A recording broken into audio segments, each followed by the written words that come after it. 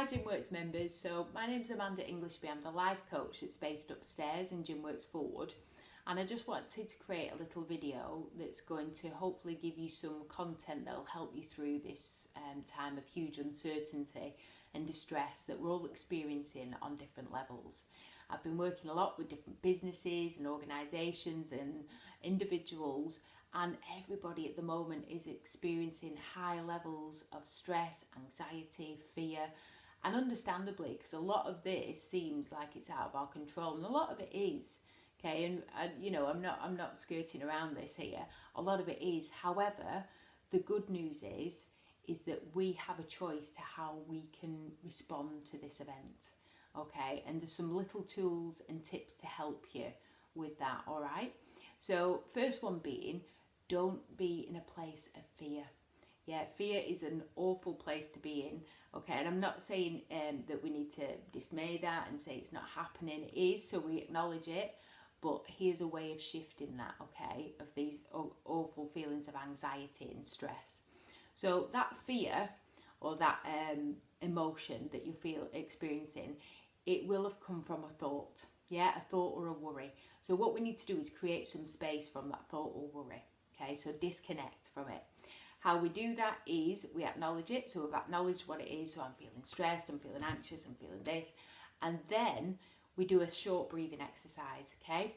A really simple and effective one is called square breathing. There's lots more, but I only have time to share one with you. So I would suggest this one because it's highly effective. You literally breathe in for 4 counts up the side of the square, hold for 4 counts.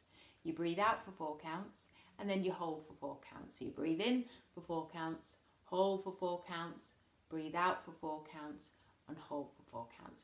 When you've done that, hopefully that will have lowered your level of stress because your cortisol levels gone down, your blood pressure has then gone down, yeah, and then we're able to think with more clarity. Okay, so when you're at that point and you've done the breathing exercise, then you think, right, get a pen and a paper and you write down all the worries that are in your head. Get them out on the page, get them out there, okay? Once you've done that, you look all over those worries and you think, right, which are the worries that are out of my control, okay? You grab those and you write a list, everything that's out of your control. And then you look back and you think, which are the ones that are in my control?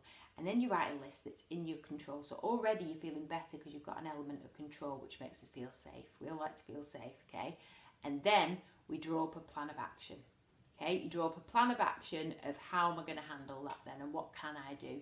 So empowering yourself, asking those empowering questions of what can I do about this?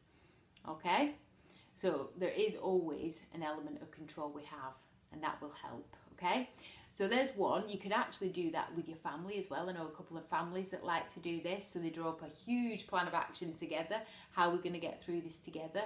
And that's good for relationships, obviously, and communication at the moment. The other thing I would say is, and I would suggest for you to do in this time, is go back to gratitude. And I know a lot of people say, but Amanda, what is it to be grateful at the moment?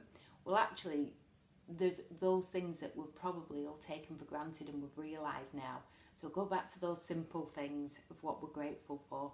And you just write a list. Just start writing down a list of everything you're grateful for. When you're doing that, you can't feel depressed or angry or when you're in a place of happiness and gratitude. All right, it's like joy and depression. Those emotions can't reside in the same space at the same time. Okay, so the more we can train the brain to go towards the positive and gratitude and training the brain and keeping it healthy in that sense, the easier it is to ease through this, okay?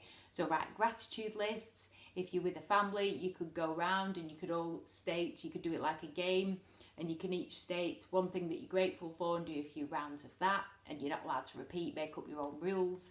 And then another one that is very effective, and it's about keeping this strong.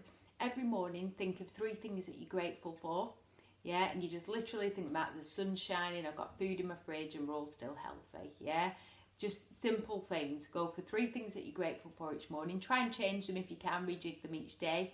And then at the end of an evening, like to reflect upon the day and think of 3 things that have made you smile. Okay, no matter what's happened in that day, I want you to think of 3 things that have made you smile. and note them either in your mind or on paper.